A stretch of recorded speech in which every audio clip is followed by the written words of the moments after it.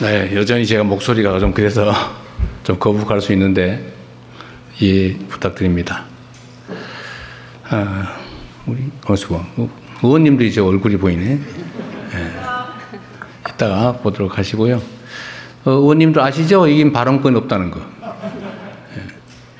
제가 인사 말씀드리기 전에 우리 국민을 대표한 국회의원들이신데 우리 일어서셔서 앞으로 잠깐 나오세요. 얼굴에다 배우 드리고. 네, 앞으로 나오세요. 네. 우리 대전 시민님께서 우리 국회의원님들 얼굴은 다 아실 거고 다 한꺼번에 인사 한번 하십시오. 네, 박수 한번 부탁드립니다.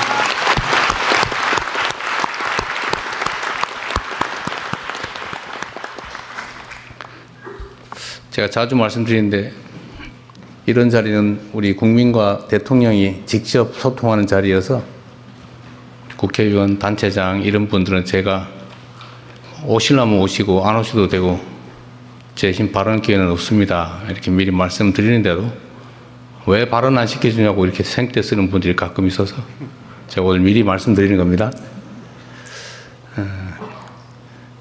하여튼 오늘 같은 이런 자리에서 제가 정말 말씀드리고 싶은 거는 세상이 너무 힘들지 않습니까? 복잡하고 어렵고 또 위기 같기도 하고 앞으로 어떻게 사나 막막하기도 하고 우리 자식들은 앞으로 어떻게 살아가지 그런 걱정들 많이 생기지 않습니까? 이럴 때일수록 사실은 그 그룹의 리더 역할이 정말로 중요하다는 생각이 들어요. 어떤 방향으로 어떤 생각으로 어떻게 하느냐에 따라서 규모가 크든 작든 그 집단이 살아남을 수도 있고 사라질 수도 있고 흥할 수도 있고 망할 수도 있는 거죠. 저는 그런 생각을 가끔씩 해봅니다. 역사적으로 볼 때 과학 문명에 투자하고 관심 가진 국가 체제는 흥했고 과학 기술을 폄훼하거나 무시하는 체제는 망했죠. 가깝게 조선시대를 봐도 세종이 과학기술 인재들을 참으로 중히 여기지 않았습니까? 비록 신분이 낮아도 실력이 있으면 면천해 주면서까지 일을 맡겼고 정조 때도 마찬가지였던 것 같아요. 그때는 과학기술을 받아들이고 연구하려고 노력했죠. 그리고 국가정책 수행에 이를 잘 활용하려고 노력했습니다. 사실 최근에 대한민국이 여러 면에서 전 세계로부터 각광을 받고 있는데 저 나라가 어떻게 식민지에서 해방된 그야말로 세계 최빈국 중에 하나였는데 이 짧은 시간에 세계에 내놓을 만한 선진국으로 도약했을까? 그리고 선진국으로 먹고 사는 문제만 해결한 게 아니고 문화라고 하는 측면에서 전 세계의 모범이 되고 막 따라 해보고 싶고 가보고 싶은 그런 나라로 변했습니다. 물론 가야 될 길이 멀긴 하지만 이렇게 대한민국이 경제적으로 문화적으로 또 군사적으로 정치적으로 모든 면에서 전 세계인들이 정말로 부러워할 만한 위치에 오게 된 아주 결정적인 이유는 우리가 가진 것은 특별히 없지만 자원도 없고 특별히 물려받은 것도 없고 무슨 땅덩어리가 큰 것도 아니고 그런데도 불구하고 이렇게 우리가 전 세계인의 부러움을 사게 된 제일 큰 이유는 우리 국민들이 공부를 열심히 했기 때문이죠. 그렇죠?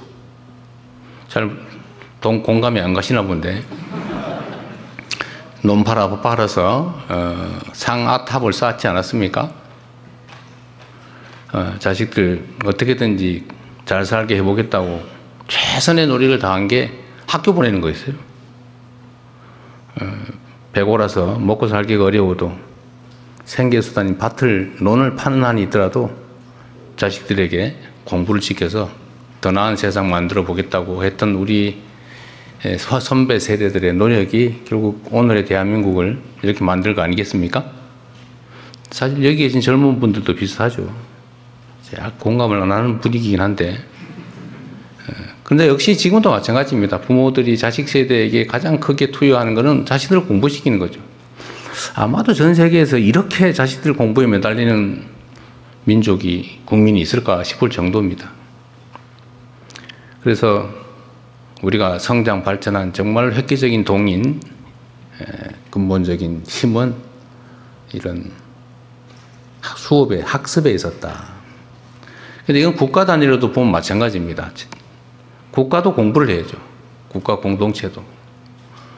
그게 숫자로 나타난 게 연구개발 R&D 예산입니다. 사실 R&D 예산을 이렇게 아주 단편적으로 보면 저거 뭐 그냥 놔둬도 되는데 굳이 뭐 저 결과물도 안 나오는 연구를 저렇게 해야 되나? 라는 생각이 드는 것들도 많죠. 소위 기초 연구. 그래서 어떤 사람들은 그런 거 하지 말고 당장 그 돈으로 삽질하자 라고 생각할 수도 있는 거죠. 그건 판단하기 나름이다. 우리가 한때 여기 입틀막 당하고 끌려나간 데가 이 근처 어딘가요? 어딘지 잘 모르겠는데 내가 오늘 그분 있으면 혹시 오셨으면 한번 보고 볼까 했는데 얼마나 억울했겠어요? 내가 누구 특정인을 비난하자는 게 아닙니다. 국가도 공부해야 되고 개인도 공부해야 되고 기업도 연구개발에 투자를 해야 미래가 있는 거죠.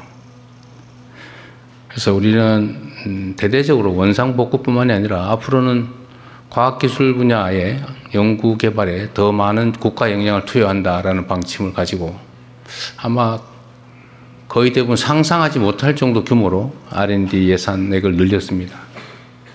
그리고 오늘 여러분의 제안도 듣겠지만 우리가 수차례 논의를 통해서 몇 가지 정한 원칙이 있는데 우리 연구자 여러분들한테 실패할 자유와 권리를 주기로 했어요. 이럴 때 박수도 한번 하는 거예요.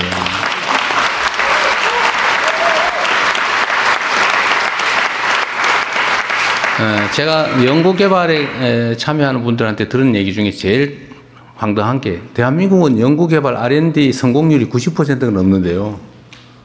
다 성공한대요. 얼마나 훌륭합니까? 그때 가장 황당한 일이죠. 그렇게 쉽게 성공할 걸 뭘로 합니까? 연구개발이란 특히 공공부문의 연구개발 투자는 정말로 어려운 과제들을 새로운 길을 내는 것이어야 되죠. 실패하면 어떻습니까? 그 실패가 또 쌓여서 성공의 자산이 되는 거죠. 그래서 실패를 용인하는 그런 제대로 된 연구개발을 할 수 있는 환경을 만들자. 그래야 나라가 흥할 수 있겠다 그런 생각이 들었어요. 사실 저도 부모님들이 좀 경제적 여력이 돼가지고 정상적으로 학교를 다녔으면 과학기술 연구자가 됐을 가능성이 매우 많습니다. 저는 지금도 사실은 궁금증이 많아요. 뭐든지. 제가 현장에서 자꾸 쓸데없는 질문을 해서 사람들이 당황하는 경우가 많은데 아마 제가 여력이 있었으면 제가 원래 해보고 싶었던 것은 아주 그 미세한 아주 이런 부분 있잖아요. 뭐 그때 당시는 미생물학, 원자 핵 물리학, 원자 핵공학 이런 걸 해보고 싶었어요. 그런데 어쩌다 보니까 도박을 해가지고 이 판에 와서 생 난리를 치는 전쟁터에 들어왔습니다. 뭐 이것도 또 해야 될 일 중에 하나이긴 한데 우리 대한민국의 젊은 연구자들, 과학자들 정말 희망을 가지고 국가라고 하는 커다란 언덕에 등을 기대고 스스로 하고 싶은 일들을 해나가면서 대한민국에 새로운 희망을 만들어내기를 기대합니다. 여러분들의 좋은 의견 많이 듣겠습니다. 고맙습니다.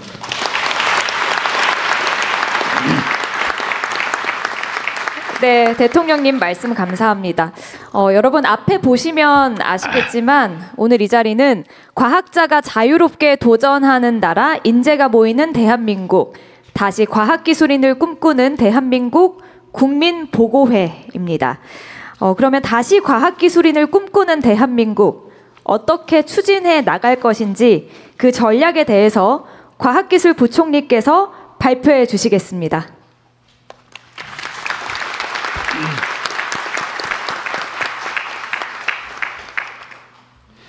네, 안녕하세요. 부총리 겸 과학기술정보통신부 장관 백여훈입니다.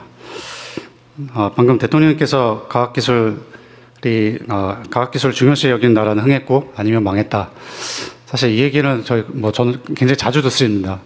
국무회의 때도 늘 과학기술에 대한 어떤 그 중요성에 대해서 강조하시고 부총리 조직으로서 특히 이제 그 과학기술 접반부처 그리고 우리나라가 과학기술 강국이 되고 실질적인 잠재 성장률, 경제 성장률을 높여 나가야 된다는 강조를 매주 하십니다. 그래서 부담도 되는데 아무튼 우리 모두가 여기 계신 분들이 오늘 대통령님 하신 말씀이 진짜 진심으로 저는 하셨다라고 전달을 드리고 싶습니다. 그래서 우리가 이제 그 과학기술 강국을 만들기 위해서 지금 우리가 풀어야 될 첫 번째 숙제, 인재 문제와 우리 연구 환경에 대해서 오늘 말씀드리도록 하겠습니다. 지금 말씀드린 보고서는 단순히 그 과기정통부에서만 준비한 것이 아니라 법무처 그리고 여기 계신 현장에 계신 연구자분들과 많은 소통을 통해서 만들어진 자료입니다. 네, 첫 번째 페이지, 다음 페이지부터 말씀드리겠습니다. 지금 세계는 미국, 중국 중심으로 기술 패권 경쟁이 격화되고 있습니다. 반면 우리나라 잠재 성장률 둔화되고 있고 과학기술 혁신을 통한 기술 주도 성장이 무엇보다 중요한 시점에 와 있습니다. 그런데 기술 주도 성장을 만들어내는 이 시점에 방금 말씀드린 대로 우리는 이 성장을 견인할 이공계 핵심 인재가 부족한 현실에 시달리고 있습니다. 다행히도 얼마 전 그 가기원 지원자 수가 16.1%로 크게 늘었다는 반가운 소식이 있었습니다. 새로운 희망이라고 할 수 있겠습니다. 지금이야말로 대한민국이 다시 과학기술인을 꿈꾸도록 역량을 직결할 골든타임이라고 생각합니다. 미래 세대가 계속해서 과학기술인을 꿈꾸고 혁신을 이끌어가기 위한 해법은 무엇인지 정부의 국정 원칙인 경청과 통합에 따라서 다양한 방법으로 여기 계신 목소리뿐만 아니라 현장에 계신 많은 연구자들의 목소리를 청취했습니다. 여러 의견도 주셨습니다. 이공계 일자리 확보, 연구의 자율성 증진, 행정의 간소화가 필요하다. 이런 다양한 의견을 주셨습니다. 다음 페이지입니다.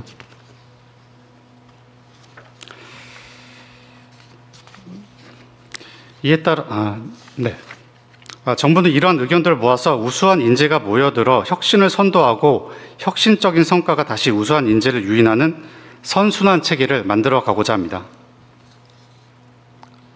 이에 따라서 5가지 추진 과제에 대해서 오늘 말씀드리겠습니다. 먼저 핵심 인재를 체계적으로 확보하고자 하는 전략입니다.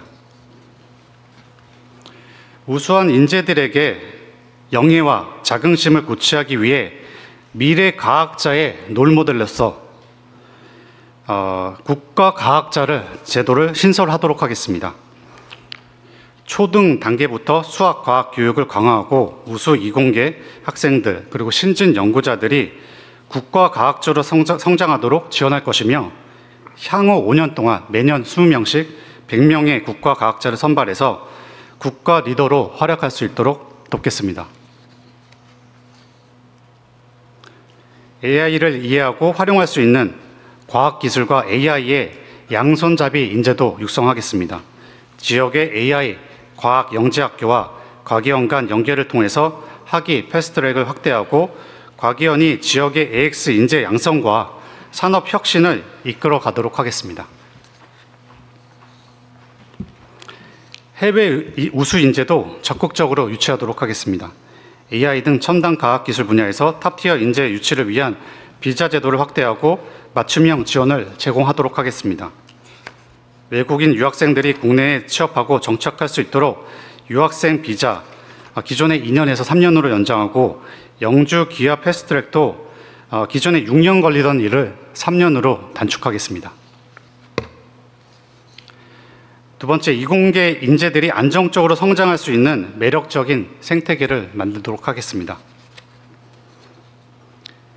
이공계 학생들이 연구와 학업을 안정적으로 이어갈 수 있도록 하고 전문 연구원의 경우 AI 등 첨단 과학기술 분야 대학원생들이 전문 연구 요원으로 우선 배정될 수 있도록 하겠으며 대학원 장학금 수혜율을 30년까지 기존의 1.3%에서 10%까지 늘리도록 하겠습니다. 또한 청년 연구자와 신진 연구자들이 활동할 수 있는 공간, 즉 양질의 일자리 창출을 위해 첨단 분야 교원과 출연연 연구직 등의 일자리를 늘리고 민간의 딥테크 창업 지원을 강화할 뿐만 아니라 외국인의 창업 기회도 확대하여 민간 일자리 창출을 촉진하도록 하겠습니다.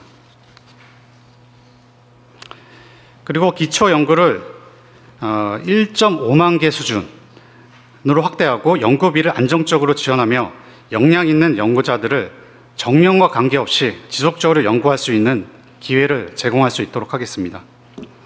아울러 연구자들의 겸직과 연구년을 활성화하기 위해 이공계 지원, 특별법 등 관련 법령을 개정하고 기업 연구자들을 위한 기금 조성도 내년도에 1,000억 원 수준에서 10년간 1조 원 수준으로 조성하도록 하겠습니다.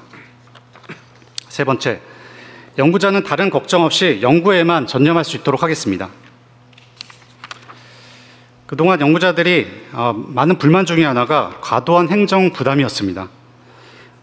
다들 영수증 붙이고 제출하고 이런 데 고생들 많이 하셨는데 수시로 쓰는 연구비 사용에 있어서 불편함이 없도록 직접비는 10% 이내에서 자율적으로 사용하실 수 있고 간접비는 직접비, 인건비 중복 사용이나 간접비 총액 10% 초과 성과급 지급 등 좀 안 되는 몇 가지 항목을 제외하고 다 허용을 해드리겠습니다. 네거티브 규제 방식으로 전환해서 좀 더 행정의 편리성을 도모하도록 하겠습니다.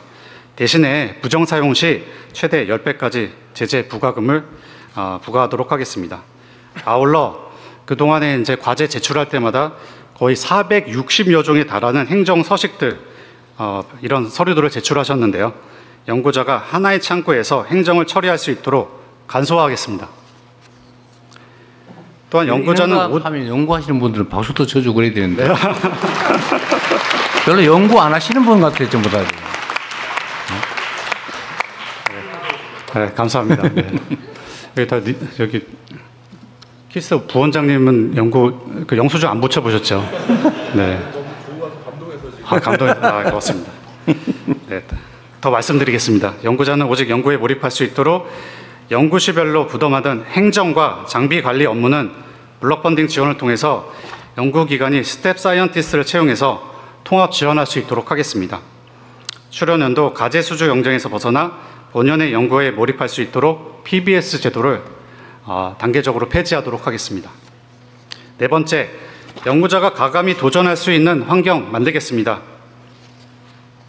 최고의 성과를 창출하는 혁신적인 관리 방식을 도입하기 위해 기술 환경 변화에 유연하게 대응할 수 있도록 하고 무빙 타겟 방식을 적용하겠습니다. 분야별로 최고의 민간 전문가들에게 정권을 부여하고 민간 매칭 펀드 비율 완화로 민간 기업의 적극적인 동참으로 시너지를 높이겠습니다. 또한 연구자들이 앞서 대통령께서 말씀하신 대로 과감한 도전을 장려하기 위해 쉬운 연구를 조장하는 평가 등급제는 폐지하겠습니다. 목표 달성 여부가 아닌 혁신성을 평가하고 의미 있는 실패의 가치도 인정하겠습니다. 오늘 대통령님 말씀 들으셨죠? 네.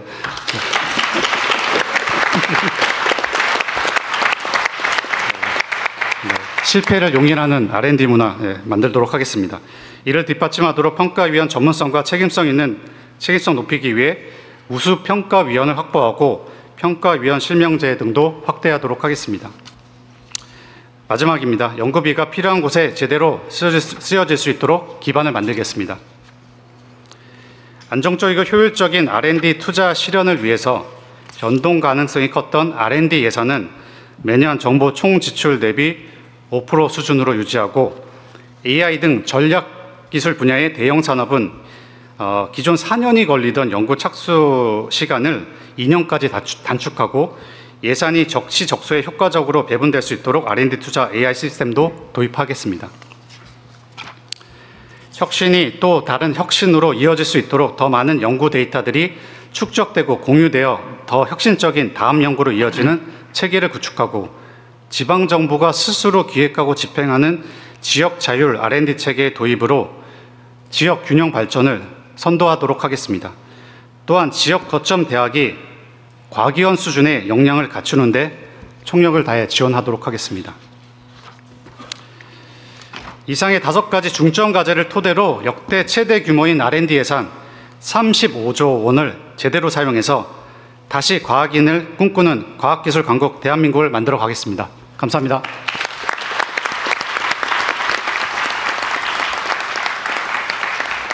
네, 말씀 감사합니다.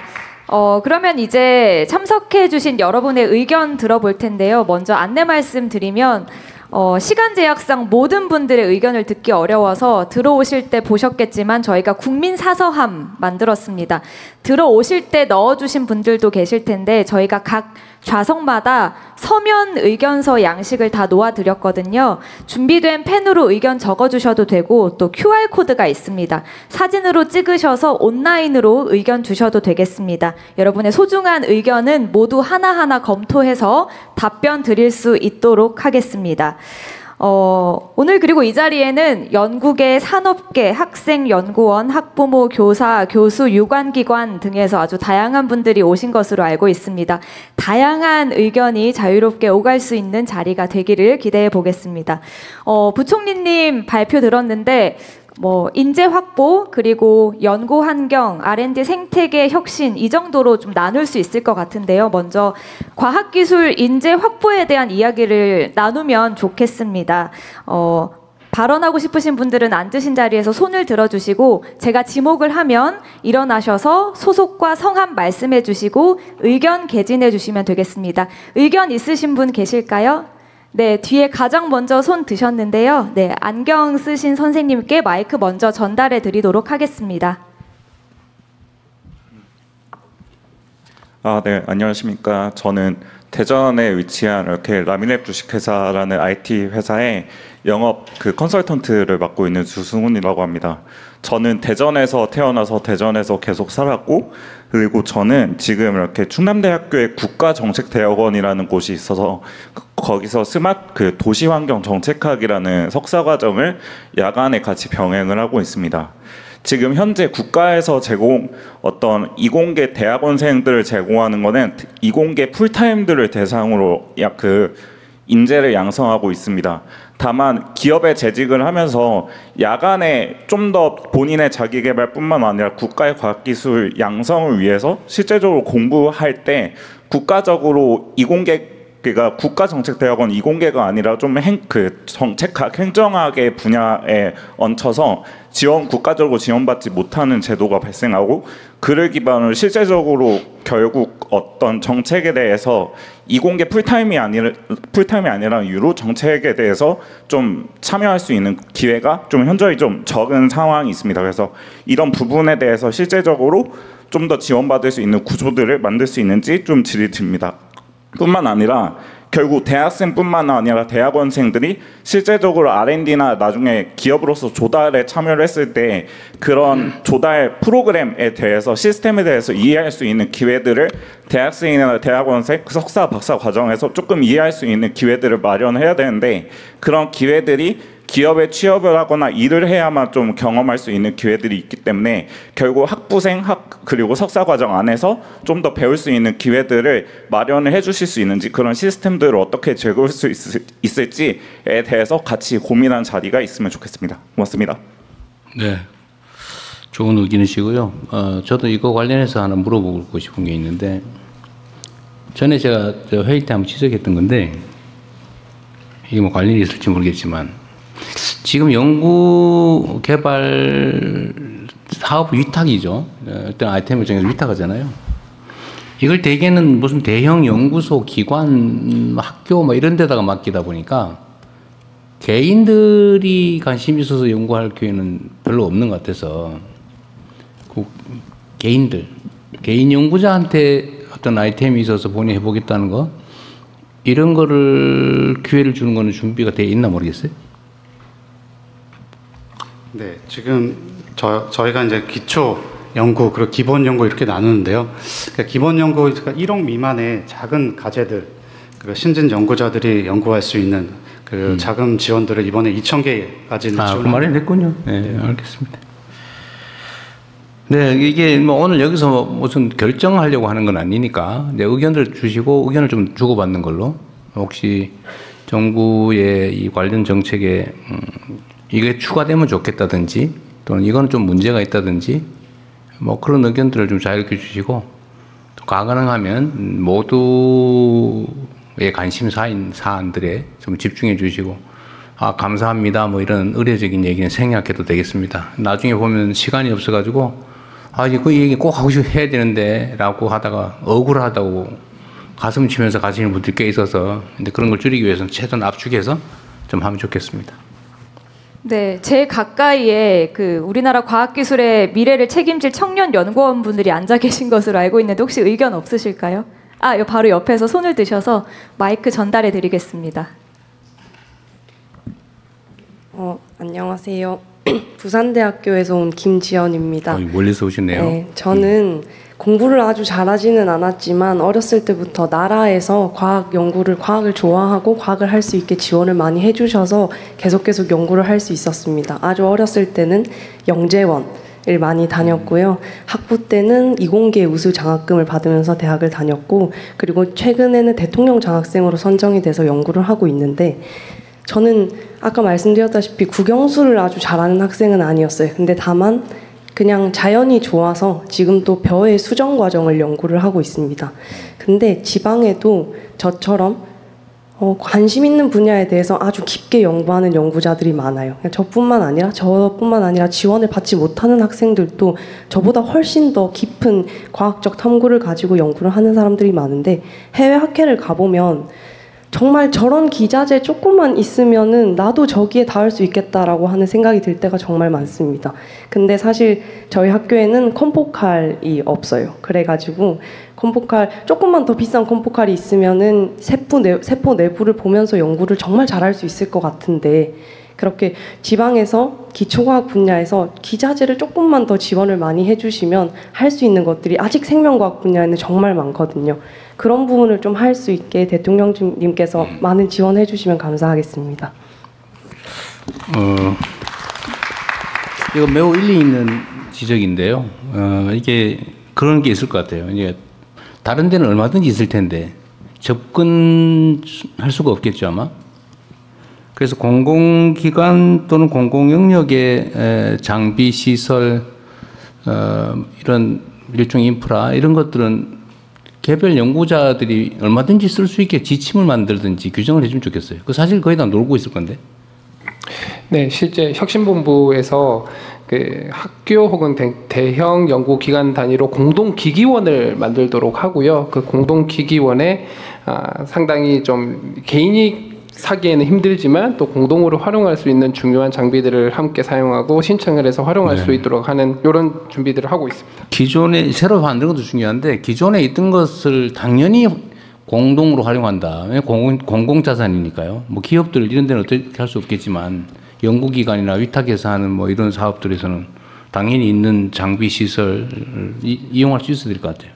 그거 얘기 나온 김에 예를 들면 개별 연구 공모 이런 것도 당연히 있겠죠. 예. 어쨌든 저런 개별 연구하시는 분들한테 아이템 제공받아가지고 좀 아이디어가 기발한 게 있을 텐데. 예, 제가 알고 있기로는 그 국가 공동시설로 나노팹, 모아팹 사업이라는 게 있습니다. 그래서 물론 그거는 이제 개인 연구자가 접근해서 신청을 하셔야 되는 거고 연구 책임자가 이제 선정이라는 과정을 거쳐야 되기 때문에 모두가 혜택이 되진 않고 있는데 그래도 지금 말씀하신 그런 부분들은 접근할 수 있는 게 전혀 없지는 않아서 좀 홍보가 더 돼야 될 것 같습니다. 그래서 우리 하정우 수석이 또 해야 될 일인데 이런데 인공지능 검색 시스템이 필요하다고요. 그냥 물어보면 탁 찾아줘야지. 그거 자기가 찾으러 다녀야 됩니까? 내가 이거 뭐 커터가 필요한데 이거 어디서 구할 수 있냐? 공짜로 쉽게 쓸 수 있는데 알려줘라. 그럼 바로 착 알려줘야 되는 거 아니에요, 그죠? 예. 준비하겠습니다.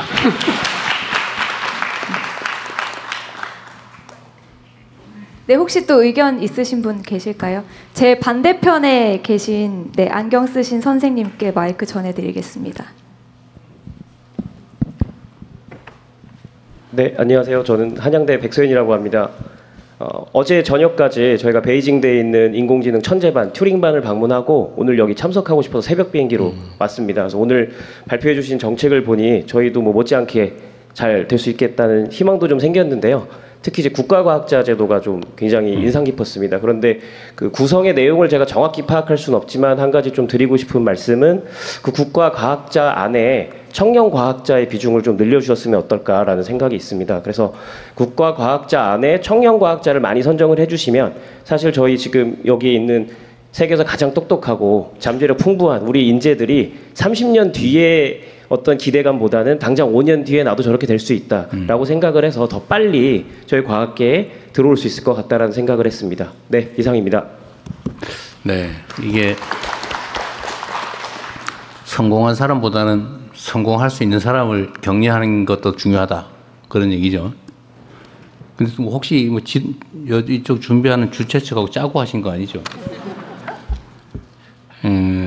이 하정우 수석이 전에 국가과학자 제도를 만들었는데 이게 주로는 성공한 원로들 이런 사람을 예우하고 또 계속 연구 활동하게 하기 위해서 하자고 기한을 했는데 이게 지금 젊은 박사급 연구자들도 가능성이 있으면 지원을 좀 해주자.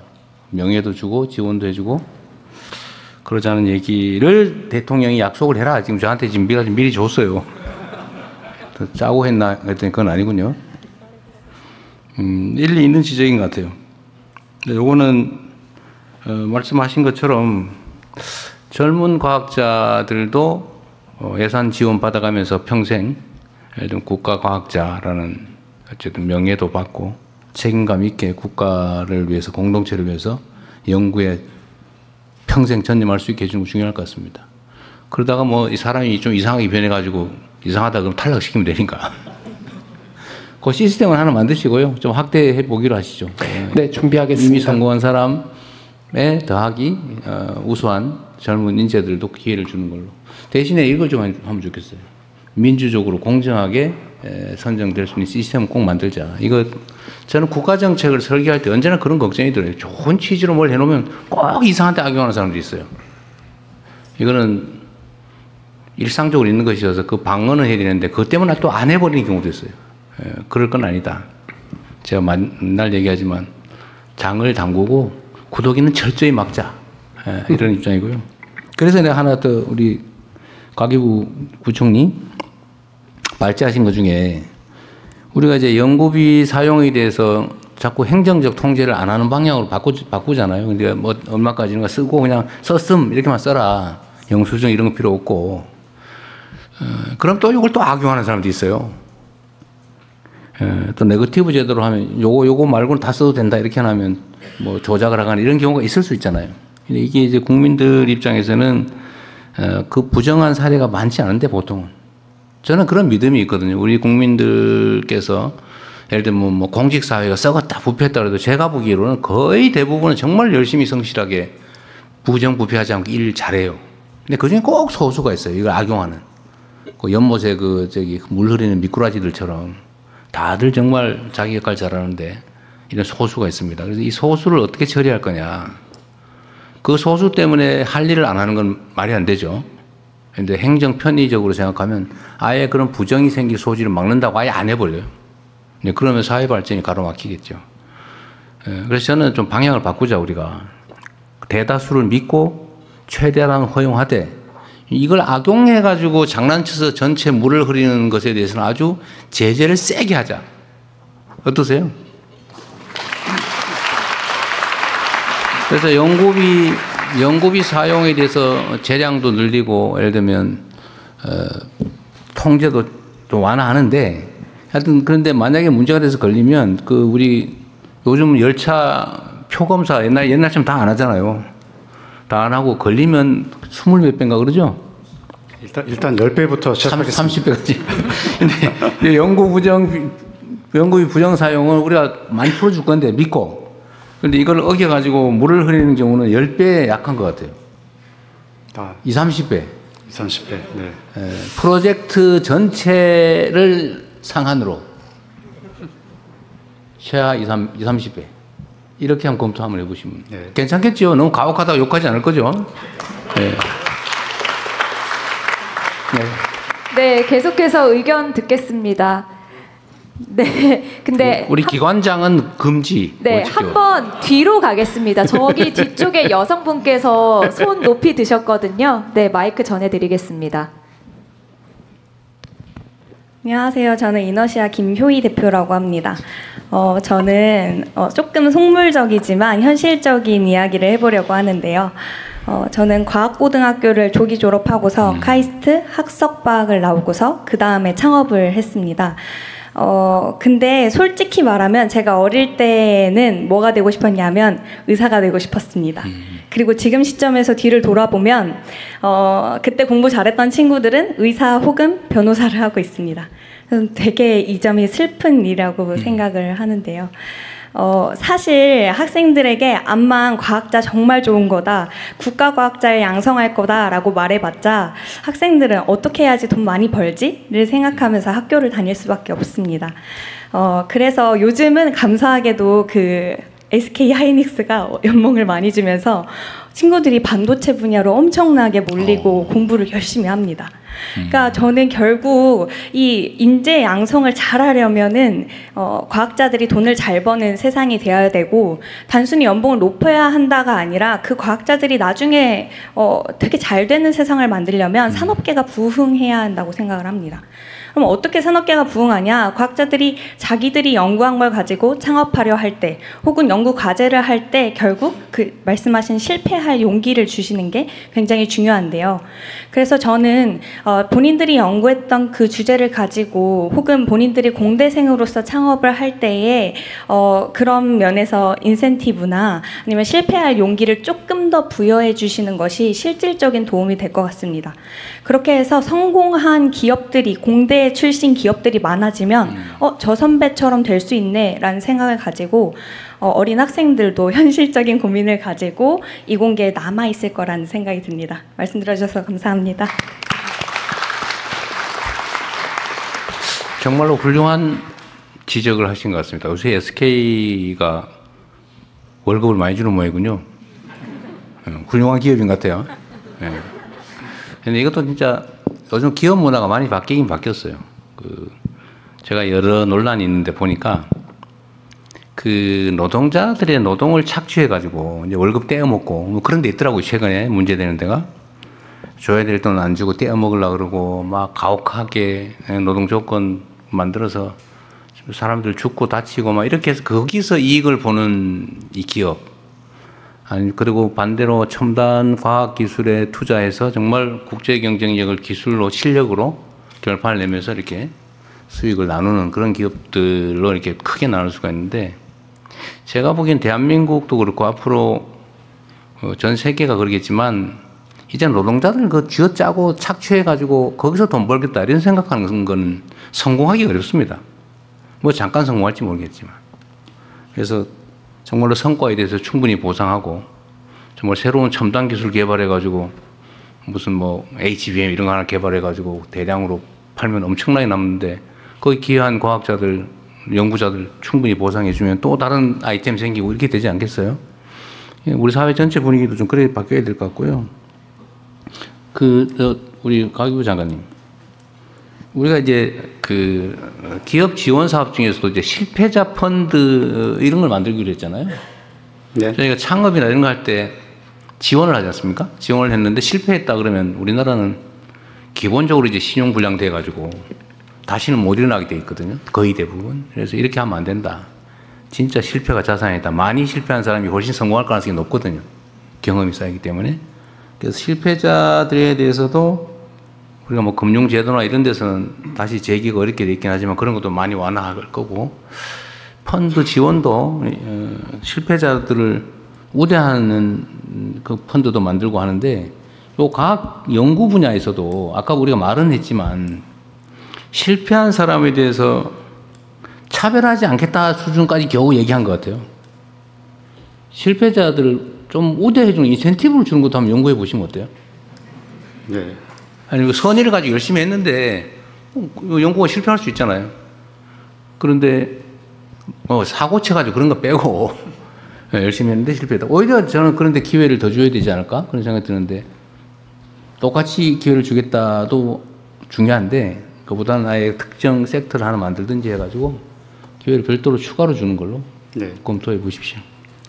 한 가지 좀 제가 예시를 좀 들어보면 카이스트의 오준호 교수님이라고 있었는데 이분이 당시에 일본에서 2003년 4년 요때 이제 일본이 굉장히 휴머노이드 로봇 이런 쪽으로 많이 치고 나갔을 때 아무도 안 된다고 할 때 그 레인보우 로보틱스라는 회사를 만들어서 결국에는 뭐 많은 어떤 그 부정적인 의견들이 많았지만은 끝까지 도전을 하셔서 거의 3조, 4조 원에 달하는 기업 가치를 만들고 엑싯을 하셨습니다. 이런 사례들이 많이 만들어져야지 우리 학생들이 어떤 이공계에 도전을 하고 공부를 하고 도전하는 이런 문화가 만들어질 것 같습니다. 그런 측면에서 대통령이 말씀하신 실패자들을 위한 어떤 여러 가지 좀 어떤 위한 펀드 그리고 또 어떤 동기부여 이런 것들을 할 수 있게 저희가 좀 고민을 어차피 우리가 R&D 관련 예산을 우리가 35조 원을 넘게 옛날에 비하면 7, 8조 원 이상 더 늘린 거잖아요. 그 중에 일부를 그런 부분 좀 특화해서 연구를 그냥 포괄적으로 주면 되잖아요. 과제를 너무 정하지 말고 포괄적으로 그럼 자유롭게 내봐라. 이래서 그 중에서 뭐 실패한 사람들한테 인센티브를 준다든지 해서 좀 기회를 더 주는 걸로. 그럼 검토해볼 만한. 검토해보겠습니다. 네, 좋은 생각 같습니다. 네, 산업계에서 말씀 주셨는데 혹시 연구계에서 의견 주실 분 계실까요? 네, 저기 박범계 의원님 앞에 계신 분께 마이크 전해드리겠습니다. 박범계 의원으로 한 줄 알았는데. 네, 안녕하세요. 저는 한국원자력연구원에서 근무하고 있는 유용균이라고 합니다. 네, 제가 지금 하고 있는 일은 원자력 분야를 위한 인공지능 기술 연구하면서 또 UST에서 학생들 인공지능 인력들 양성하는 일을 하고 있습니다. 제가 그 영상 하면서 저는 오늘 좀 과학기술을 위한 인공지능의 중요성에 대해서 말씀드리고 싶습니다. 지금 그 R&D에 많은 투자가 이루어지고 있는데 그만큼 성과가 나지 않고 있다는 말을 많이 합니다. 그 이유를 좀 생각해 보면요, 우리가 지식이 쌓여갈수록 이 지식은 점점 복잡해지고 인간의 머리로는 그 위에 뭔가를 새로운 것들도 쌓기가 어려워지고 있습니다. 그런데 이것을 이렇게 압축적으로 우리가 압축해서 그 위에 더 많은 것을 쌓을 수 있도록 해주는 도구가 저는 인공지능이라고 생각합니다. 인공지능이 최근에는 그냥 단순한 뭐 이런 문서를 뭐 만들어준다든지 뭐 서베이 한다든지 이런 도구를 넘어서서 스스로 연구 계획을 세우고 우리가 실험을 수행하고 연구 결과를 정리해서 논문을 정리하는 것까지 사실상 이제 그 전에 인간이 하던 대부분의 과정들을 이제 자동화할 수가 있습니다.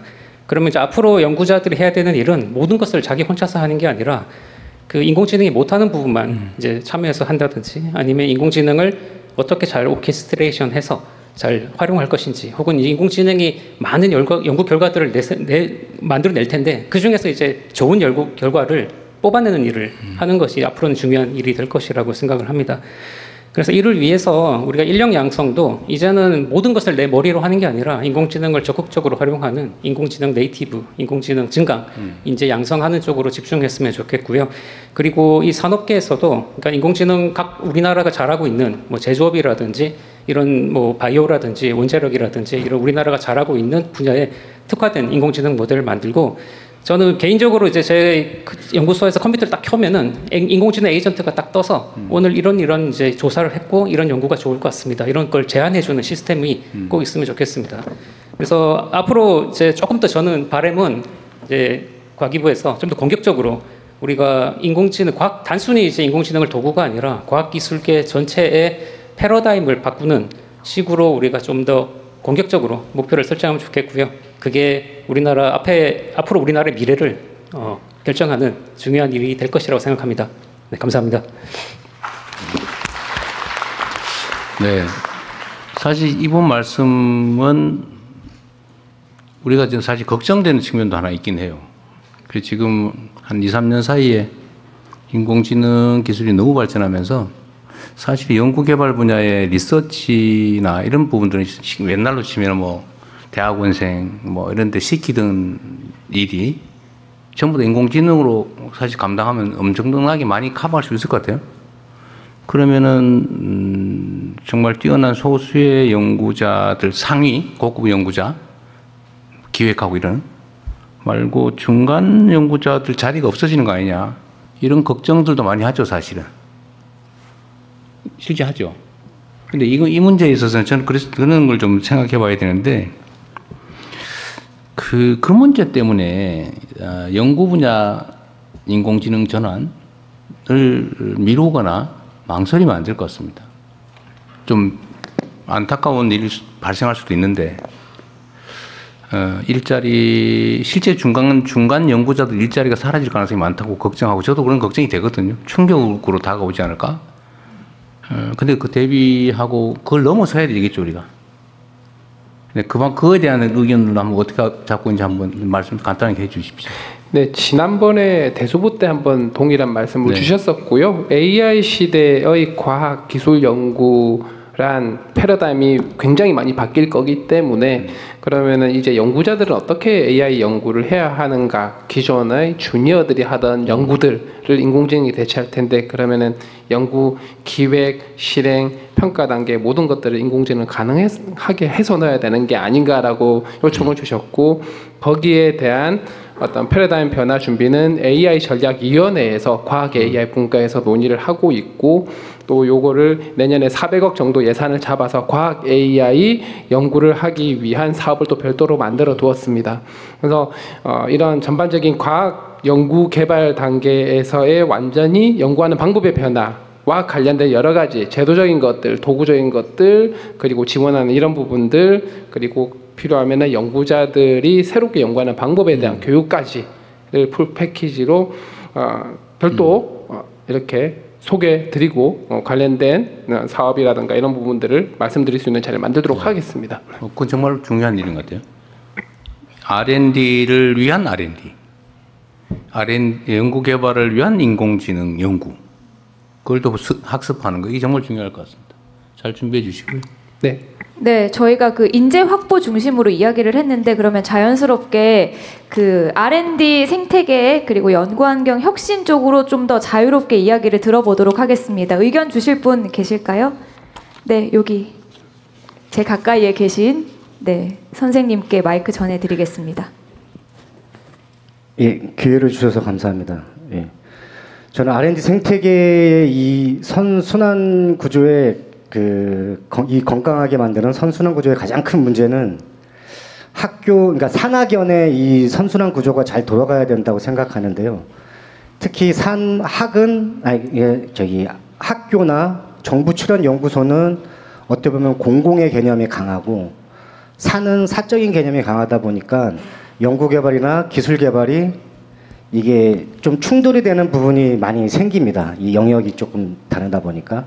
그래서 이 산학연 구조가 건강한 선순환 구조가 되기 위해서는 기업에 있는 연구자들이 학교나 정부 출연원에 겸직이 가능해지는 이런 시스템이 만들어지면은 요 산학연에 대한 건강한 네트워크 시스템 이런 게 잘 돌아가지 않을까라고 생각이 돼서 이런 기업 연구자들의 이런 학교나 정부 출연연에 연결이 될 수 있는 연계가 될 수 있는 이런 겸직이 가능한 이런 시스템이 좀 구축이 되면은 건강한 생태계가 형성되지 않나라는 의견을 드리고 싶습니다.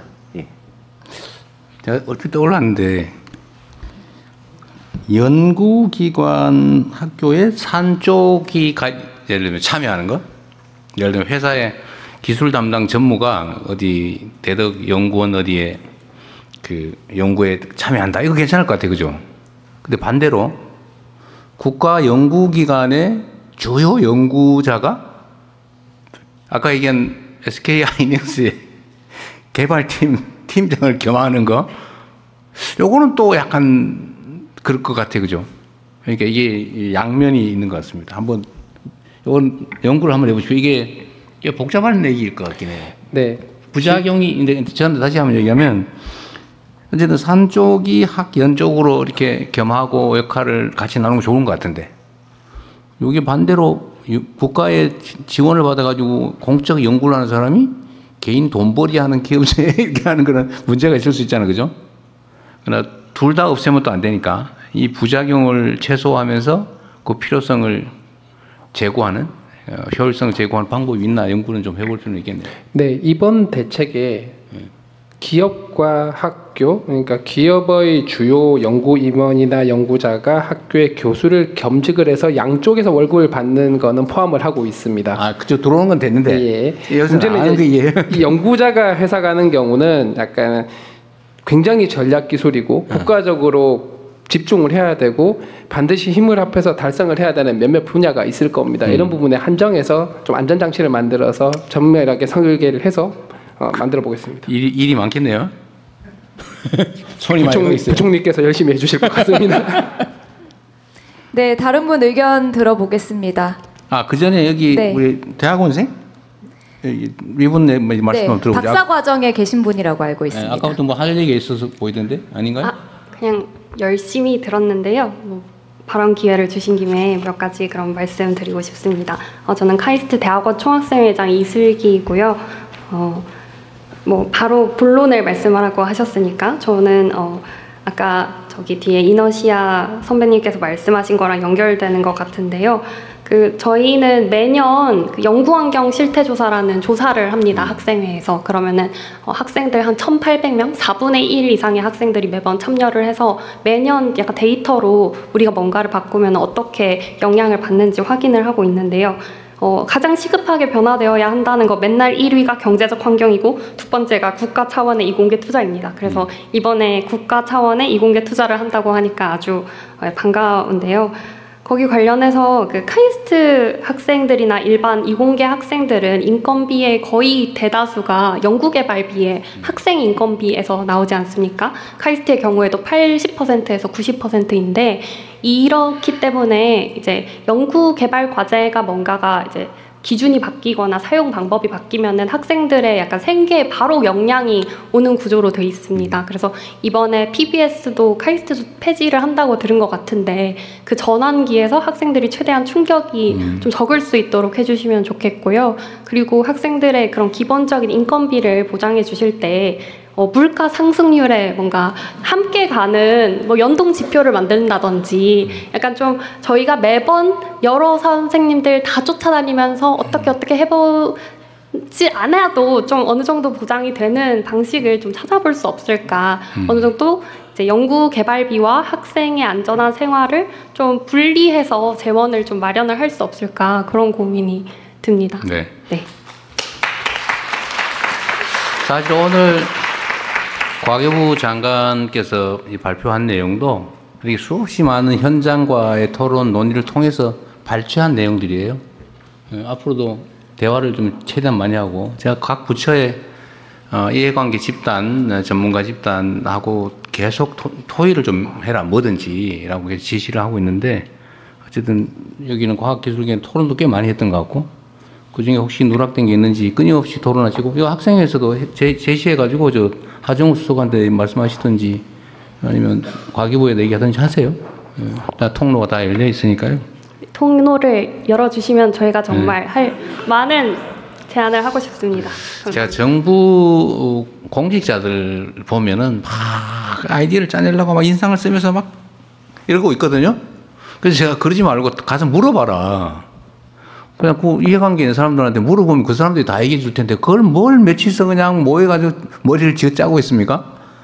이게 사람이 한계가 있어가지고요. 자기가 처한 상황에서 생각할 수 있는 게 한계가 있거든요. 행정 서비스는 쳐다보고 있는 이 국민 대중이 원하는 걸 해주는 건데 그거다 물어보면 될 거를 굳이 안 물어보고 책상에 모여가지고 막 고민하고 있어요. 근데 우리 과기부는 안 그러죠? 현장 목소리를 너무 많이 듣다 보니까 오히려 헷갈려요.